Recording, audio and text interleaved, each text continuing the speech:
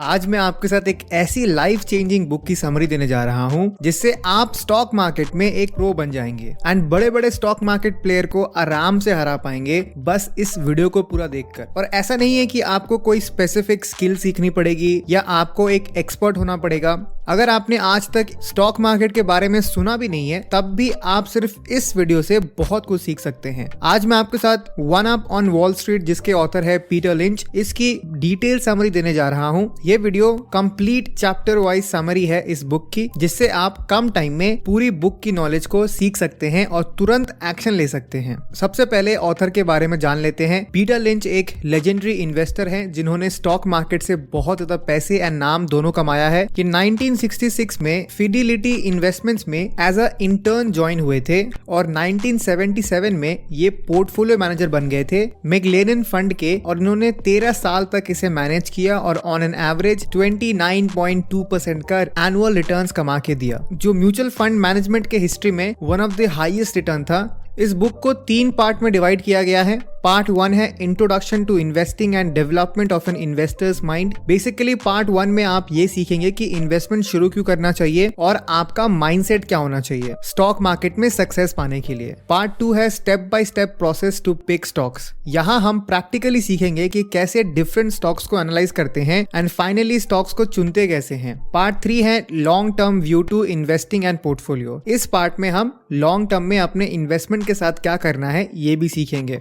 तो चलिए chapter wise summary शुरू करते हैं। Part 1 preparing to invest. Chapter 1 the making of a stock picker. 1950s के दौरान अमेरिका में सभी लोगों को लगता था कि स्टॉक मार्केट में पैसे लगाना यानी पैसे की बर्बादी, और पीटर लिंच के फैमिली में भी यही माइंडसेट थी। सभी अवॉइड करते थे स्टॉक मार्केट के बारे में बात भी करना। पर पीटर की जब जॉब लगी as a caddie golf course में, कैडी वो होता है जो गोल्फ प्लेयर्स की बैग्स उठाता है, और जैसे कि हमें पता ही है कि गोल्फ अमीरों का स्पोर्ट है, तो जब पीटर लिंच बड़े बड़े बिजनेसमैन के बैग्स उठाया करते थे गोल्फ गेम्स के दौरान, तब उन्होंने नोटिस किया कि ये लोग मोस्टली स्टॉक्स की बातें कर रहे हैं। कुछ लोग कभी कभी सेलिब्रेट भी करते थे कि इनके सिलेक्टेड स्टॉक्स ने मल्टी बैगर्स रिटर्न्स दिए हैं। यहाँ धीरे धीरे पीटर लिंच को लगा कि मेरी फैमिली है जो मुझे स्टॉक मार्केट इंडस्ट्री से दूर रहने के लिए बोलती है, वहीं ये लोग हैं जो डेली इतना पैसे कमा रहे हैं जो मेरी पूरी फैमिली मेंबर्स मिलके भी साल में नहीं कमाते हैं। वैसे पीटर लिंच ने बॉस्टन कॉलेज में पढ़ाई की, जहां उन्होंने कई सारे सब्जेक्ट्स जैसे history, psychology, political science, metaphysics, logics जैसे ढेर सारे सब्जेक्ट्स पर अच्छा स्कोर किया। पर वो बुक में कहते हैं कि हिस्ट्री एंड फिलोसफी उनके ज्यादा काम आया स्टॉक मार्केट में, ना कि स्टैटिस्टिक्स या मैथमेटिक्स, क्योंकि वो कहते हैं कि जो मैथमेटिक्स आपको चाहिए स्टॉक मार्केट में वो आप क्लास 4 में ही सीख लेते हैं। पीटर लिंच ने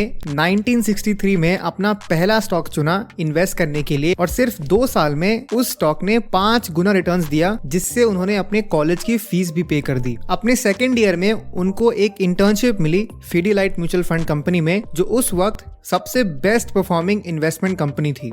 chapter 2 the Wall Street oxymorons. इस चैप्टर में ऑथर पीटर कहते हैं कि इंडिविजुअल एंड एमेच्योर इन्वेस्टर के पास ज्यादा एडवांटेज होता है प्रोफेशनल एंड इंस्टीट्यूशनल इन्वेस्टर से, क्योंकि प्रोफेशनल या फिर फंड मैनेजर के पास कई तरीके के अप्रूवल्स की जरूरत पड़ती है किसी भी स्टॉक्स में इन्वेस्ट करने से पहले। पर हम और आप जैसे इन्वेस्टर के पास ये एडवांटेज है कि हम जब चाहे तब अपने सिलेक्टेड कंपनीज के शेयर्स को ले सकते हैं, हमें किसी की अप्रूवल की जरूरत नहीं है। चैप्टर 3 इज दिस गैम्बलिंग और व्हाट। इस चैप्टर में पीटर लिंच ने डेट में इन्वेस्ट करना और स्टॉक्स में इन्वेस्ट करने में डिफरेंस बताया है। डेट में इन्वेस्ट करने का मीनिंग है कि आप किसी को लोन दे रहे हैं और आपको उसके लिए इंटरेस्ट मिलता है। जब आप बैंक में एफडी करते हैं या जब आप बॉन्ड्स में इन्वेस्ट करते हैं तो सिंपली आप उनको उधार दे रहे हैं, और जिससे वो आपके पैसों से वो और पैसे कमाए और इन रिटर्न आपको इंटरेस्ट मिले और साथ ही साथ आपका प्रिंसिपल वैल्यू भी मिल जाए। ऑथर का मानना है कि डेट में इन्वेस्ट करके फायदा नहीं मिलता है, क्योंकि 1927 से यूएस में डेट ने 5% से भी कम रिटर्न्स दिया है, तो यहाँ पे पैसे नहीं बनेंगे आपके। लेकिन जब आप स्टॉक्स में इन्वेस्ट करते हैं तब रिटर्न्स की पॉसिबिलिटी बहुत ज्यादा होती है डेट से। 1927 से यूएस में ऑन एन एवरेज एक कॉमन स्टॉक ने 9.8% का रिटर्न दिया है। अगर रिस्क की बात करें तो स्टॉक्स में ज्यादा रिस्क है, क्योंकि कोई भी कंपनी कभी भी डिक्लाइन कर सकती है, और जो कंपनी आज से 20 साल पहले टॉप पे थी उनमें से कई सारी कंपनीज आज बंद हो चुकी हैं। तो ये बिल्कुल आपके ऊपर है कि आपको ज्यादा रिस्क लेके ज्यादा पैसे कमाने हैं या फिर कम रिस्क लेकर आपको कम कमाना है। Chapter 4 passing the mirror test. 3 question आपको पूछना है स्टॉक्स में इन्वेस्ट करने से पहले according to Peter Lynch. Number 1, क्या मेरे पास एक घर है? Do I own a house? क्या मुझे पैसों की जरूरत है? Do I need the money? और नंबर 3, क्या मेरे पास स्किल्स है कि मैं स्टॉक्स में सक्सेस पा सकूं? Do I have the personal qualities it takes to succeed? पहले क्वेश्चन पे आते हैं, do I own a house. ये ऑथर का मानना है कि स्टॉक्स में इन्वेस्ट करने से पहले आपको अपना खुद का घर खरीदना चाहिए। उनका मानना है कि जब आप घर खरीदते हैं तो ज्यादातर केसेस में आप उसे लंबे समय तक होल्ड करके रखते हैं, जिससे आपको मेंटल खुशी मिलती है कि आपके सर के ऊपर छत है। वो ये कहते हैं कि ज्यादातर लोग रियल स्टेट मार्केट में इसीलिए पैसे कमाते हैं और स्टॉक्स में इसीलिए वो गवाते हैं क्योंकि घर खरीदने से पहले आप हफ्तों या महीनों रिसर्च करते हैं, खुद जाकर प्रॉपर्टीज देखते हैं, फायदे या नुकसान को भी आप कैलकुलेट करते हैं। पर जब आप स्टॉक्स में इन्वेस्ट करते हैं तो आप ये सारी चीजें नहीं करते। ऑथर इस बुक में कहते हैं, they spend more time shopping for a good microwave oven than shopping for a good investment. यानी वो लोग, यहाँ उनकी बात हो रही है जो स्टॉक मार्केट में लॉस करते हैं, वो माइक्रोवेव ओवन खरीदने के लिए जो रिसर्च करते हैं उससे भी कम टाइम वो अपने इन्वेस्टमेंट में लगाते हैं। दूसरे क्वेश्चन पे आते हैं, do I need the money? Author कहते हैं, only invest what you could afford to lose. यानी उतना ही पैसे आपको इन्वेस्ट करना चाहिए जितना अगर आपको लॉस हो भी जाए तो आपके डेली लाइफ में कोई प्रॉब्लम नहीं आनी चाहिए। तीसरा क्वेश्चन है, do I have the personal qualities it takes to succeed? क्या मेरे पास स्किल्स है स्टॉक मार्केट से अमीर बनने के लिए? ये स्किल फाइनेंशियल स्किल या कोई टैलेंट या कोई स्पेसिफिक डिग्री की बात नहीं हो रही है। यहाँ पे ऑथर मेंशन करते हैं पेशेंस यानी धैर्य, आत्मनिर्भरता यानी सेल्फ रिलायंस, कॉमन सेंस जैसी स्किल्स आपको चाहिए। वॉरेन बफेट का कहना है कि अगर आपका IQ 160 है, जिसका मतलब होता है कि आप बहुत ज्यादा इंटेलिजेंट हैं, तो वो ये कहते हैं कि इसमें से आप 30-40 पॉइंट्स किसी और को दे दीजिए, क्योंकि इतना ज्यादा इंटेलिजेंस आपको इन्वेस्टमेंट में नहीं चाहिए होगा, बल्कि आपका सही स्वभाव होना चाहिए जिससे कि आप दूसरों के ओपिनियन से अपने आप को डिटैच कर सको। चैप्टर 5 है, is this a good market? Please don't ask. Author ये कहते हैं कि सबसे सिंपल चीज आपको ये समझनी है कि आपको स्टॉक मार्केट में नहीं बल्कि आप कंपनीज में इन्वेस्ट कर रहे हैं। ऑथर के पास कई सारे लोग आते हैं ये पूछने के लिए कि क्या अभी राइट टाइम है स्टॉक मार्केट में इन्वेस्ट करने का, या फिर क्या अभी सही मार्केट चल रहा है? तो पीटर का बहुत ही सिंपल सा आंसर होता है कि मार्केट कोई चीज होती ही नहीं है और जो भी ये प्रिडिक्ट करते हैं वो लगातार पैसे नहीं कमा पाते हैं। इसीलिए recession, booming market, inflation, interest, central banks की पॉलिसी पर 100% ध्यान ना देकर आपको कंपनीज पर फोकस करना चाहिए और कंपनी के बारे में फोकस करना चाहिए। तो ये था पार्ट 1 प्रिपेयरिंग टू इन्वेस्ट की चैप्टर वाइज समरी। अगर आपको वीडियो पसंद आ रही है तो प्लीज इस वीडियो को लाइक करिए, इससे मुझे मोटिवेशन मिलती है कि मैं ऐसे ही डिटेल समरीज आपके लिए अपलोड करूं। अब आते हैं part 2 picking winners. Chapter 6 stalking the 10 bagger. 10 bagger का मतलब होता है जो स्टॉक फ्यूचर में 10 गुना से ज्यादा ग्रो कर सकता है। तो इस चैप्टर में ऑथर बात करते हैं 10 बैगर्स को स्टॉक करना शुरू कर दीजिए, उनके बारे में पढ़िए, उनके प्रोडक्ट को देखिए, उनके मैनेजमेंट को देखिए। ऑथर इस चैप्टर में एक बहुत ही बड़े प्रॉब्लम को सॉल्व करने का सिंपल सा सोल्यूशन देते हैं। हम अक्सर ये कहते हैं कि किस कंपनी की रिसर्च करनी चाहिए, या फिर मैंने आज तक कभी भी कोई स्टॉक नहीं खरीदा है तो सबसे पहले मैं किन कंपनीज के स्टॉक्स को देखूं। ऑथर कहते हैं the best place to start looking for 10 bagger is close to your home. आप जो डेली बेसिस पर प्रोडक्ट यूज करते हैं अपने घर में, उन्हीं कंपनी से शुरू करिए। एग्जाम्पल, अगर आप सुबह उठकर चाय या कॉफी पीते हैं तो जिस कंपनी के आप चाय पीते हैं उनके शेयर्स को आप देखिए गूगल पे। अगर आप टाटा टी की चाय पीते हैं तो टाटा कंज्यूमर प्रोडक्ट लिमिटेड का शेयर प्राइस आप गूगल में टाइप करिए। आप देख सकते हैं 9 मई 2023 के दिन इनका एक शेयर का प्राइस है 786.75 रुपीज और आज ये पिछले दिन से 0.27% कम में ट्रेड हो रहा है। पिछले 5 साल में इस कंपनी ने 173.57 का रिटर्न्स दिया है। ऐसे ही आप जो भी डेली यूज करते हैं, साबुन, तेल, बाइक, कार, इंटरनेट, सब कंपनीज के शेयर्स देखना शुरू करिए। इससे आपका इंटरेस्ट स्टॉक मार्केट में आना शुरू हो जाता है और ऑथर रेकमेंड भी करते हैं कि उन्हीं कंपनीज में इन्वेस्ट करिए जिनके बिजनेस को आप समझ सकते हो।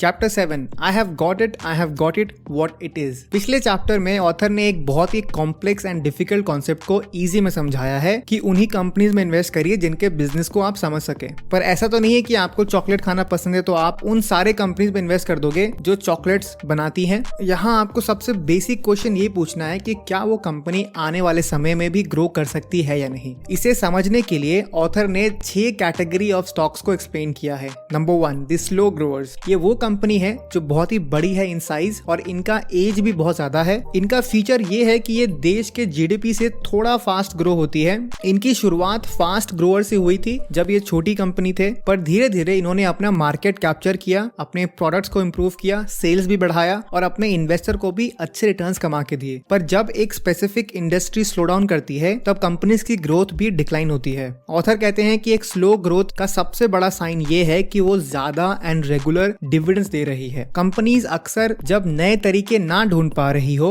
अपने बिजनेस को और ग्रो करने के लिए, तब वो अपने पैसों को एज अ डिविडेंड देती है इन्वेस्टर को खुश करने के लिए। इंडियन स्टॉक्स का अगर रेफरेंस दूं तो Coal India Limited, Tata steel limited, Hindustan zinc limited कुछ एग्जांपल्स हैं स्लो ग्रोअर्स स्टॉक्स के। दूसरे कैटेगरी ऑफ स्टॉक्स है दी स्टॉलवर्ट्स। स्टॉलवर्ट्स वो कंपनी है जो वेल एस्टैब्लिश्ड है, फाइनेंशियली स्टेबल है और जिनका एक बहुत ही स्ट्रॉन्ग ब्रांड रेपुटेशन है। इनका बहुत बड़ा मार्केट शेयर होता है और इन्होंने सालों तक कंसिस्टेंटली ग्रोथ अचीव की है। कुछ इंडियन एग्जांपल आपके साथ शेयर करूं तो Reliance industries, TCS, HDFC bank limited, Infosys कुछ एग्जांपल्स हैं दी स्टॉलवर्ट्स के। ऑथर कहते हैं कि जब आप स्टॉलवर्ट्स में इन्वेस्ट करते हो तब आपको रिसेशन या डिफिकल्ट इकोनॉमिक टाइम में हेल्प मिलती है, पर ये कंपनीज आपको मैक्स 10 से 12% का रिटर्न दे सकती है और इस कैटेगरी ऑफ स्टॉक से आप डिसेंट प्रॉफिट भी कमा सकते हैं। अब आते हैं सबसे एक्साइटिंग कैटेगरी ऑफ स्टॉक्स में जो है द फास्ट ग्रोअर, जो नंबर 3 कैटेगरी है। फास्ट ग्रोअर्स छोटे एंड एग्रेसिव कंपनीज होते हैं जो 20 से 25% ग्रो कर सकते हैं और इनमें बहुत ज्यादा पोटेंशियल होती है। ये कंपनीज मोस्टली एक ग्रोइंग इंडस्ट्री में होते हैं। वैसे मैं आपको कोई भी रिकमेंडेशन नहीं दे रहा हूँ, पर कुछ एग्जाम्पल शेयर कर सकता हूँ जो फास्ट ग्रोअर कैटेगरी में थे पहले, जैसे Bajaj finance limited, Titan company and page industry limited. चौथे स्टॉक कैटेगरी पे आते हैं दी सिक्लिकल्स। सिक्लिकल इंडस्ट्री में कंपनीज की सेल्स एंड प्रॉफिट बढ़ती है या घटती है बहुत ही रेगुलरली, जैसे airlines, auto industries, tyre companies, steel companies या इवन केमिकल कंपनीज। जब इकोनॉमी एक्सपैंड होती है तब ये सिक्लिकल कंपनीज बहुत ही कमाल के रिटर्न्स देती है, पर अगर इकोनॉमी थोड़ा भी स्लो डाउन होता है तब ये कंपनी बहुत फास्ट डिक्लाइन होती है और इन्वेस्टर को काफी नुकसान होता है। सिक्लिकल स्टॉक्स में इन्वेस्ट करने के लिए टाइमिंग बहुत इंपॉर्टेंट होती है। अगर आप रॉन्ग टाइम पे इन्वेस्ट करते हो तो आपको सालों लग जाते हैं अपने लॉस को रिकवर करने में।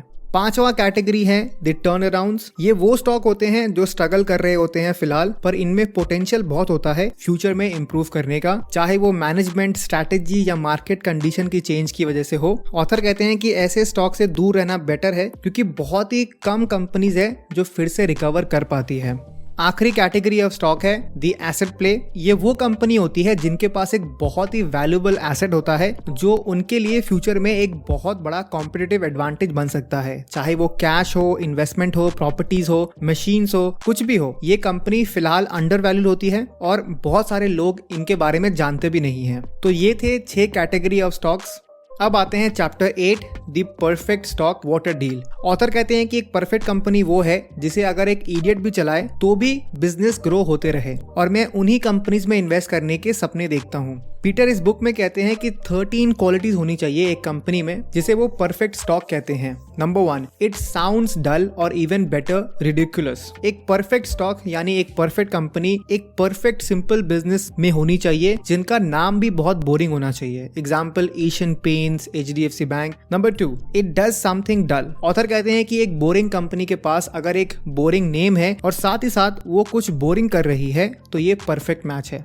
Number 3, it does something disagreeable, यानी वो कंपनी ऐसा काम कर रही हो जो हर किसी के बस की नहीं है। Number 4, it's a spin off. Spin off का मतलब है कि जब एक कंपनी एक नया इंडिपेंडेंट कंपनी शुरू करती है अपने एग्जिस्टिंग बिजनेस से, जैसे मारुति सुजुकी इंडिया लिमिटेड। पहले ये कंपनी गवर्नमेंट ओन करती थी मारुति उद्योग लिमिटेड के नाम से, पर 2003 में गवर्नमेंट ने मेजॉरिटी ऑफ स्टेक्स बेच दी एक जापानीज ऑटोमेकर कंपनी को जिसका नाम था सुजुकी मोटर कॉर्पोरेशन। फिर उस कंपनी ने फिर बाद में अपना सेपरेट पब्लिकली लिस्टेड कंपनी बनाई मारुति सुजुकी इंडिया लिमिटेड के नाम से। तो पीटर लिंच प्रेफर करते हैं स्पिन ऑफ कंपनीज को। 5वां, the institutions don't own it and analyst don't follow it. Author का मानना है कि अगर एक स्टॉक इंस्टीट्यूशनल या फाइनेंशियल एनालिस्ट के रेडार पे नहीं है, उसमें हम आम व्यक्ति के लिए पोटेंशियल हो सकता है अच्छे रिटर्न्स कमाने का। Number 6, the rumours around it's involve with toxic waste और द माफिया। अगर एक कंपनी का गलत रूमर्स फैला हुआ है तो लोग उसमें इन्वेस्ट नहीं करते हैं, पर अगर वो कंपनी जेन्युइन बिजनेस करती है तो यहाँ पे भी आपके लिए एक बहुत बड़ी अपॉर्चुनिटी हो सकती है।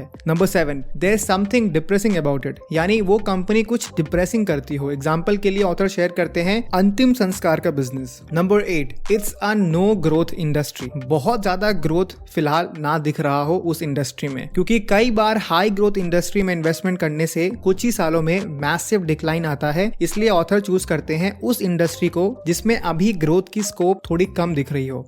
Number 9, it got a niche. It got a niche, ऐसी कंपनी जिनका एक नीश हो। जैसे हम जब बात करते हैं मोबाइल इंटरनेट की तो 2 ही कंपनी है लीडर इंडिया में, एयरटेल एंड जियो। तो ऑथर का मानना है कि नीश बिजनेस में ज्यादा अर्निंग्स होती है, क्योंकि इसमें कॉम्पिटिटर्स बहुत जल्दी नहीं आते हैं, और आते भी हैं तो ज्यादा दिन तक सर्वाइव नहीं कर पाते हैं। Number 10, people have to keep buying it, ऐसा बिजनेस हो जिनका प्रोडक्ट्स लोग डेली बेसिस पर यूज करते हो। ऑथर कहते हैं कि मैं सॉफ्ट ड्रिंक्स, रेजर ब्लेड्स या सिगरेट्स कंपनी में इन्वेस्ट करना पसंद करूंगा, बल्कि दूसरे बिजनेस में जहां पर कस्टमर महीने में या साल में एक बार खरीदता हो उनके products. 11, it's a user of technology, company technology का यूज कर रही हो ना कि नेचुरल रिसोर्सेज का, क्योंकि टेक्नोलॉजी वक्त के साथ साथ और बेटर होते जा रहा है पर नेचुरल रिसोर्सेज कम होते जा रहे हैं। इसीलिए लॉन्ग टर्म में वो कंपनी सर्वाइव करती है जो टेक्नोलॉजी को अपने बिजनेस में इंटीग्रेट कर सके।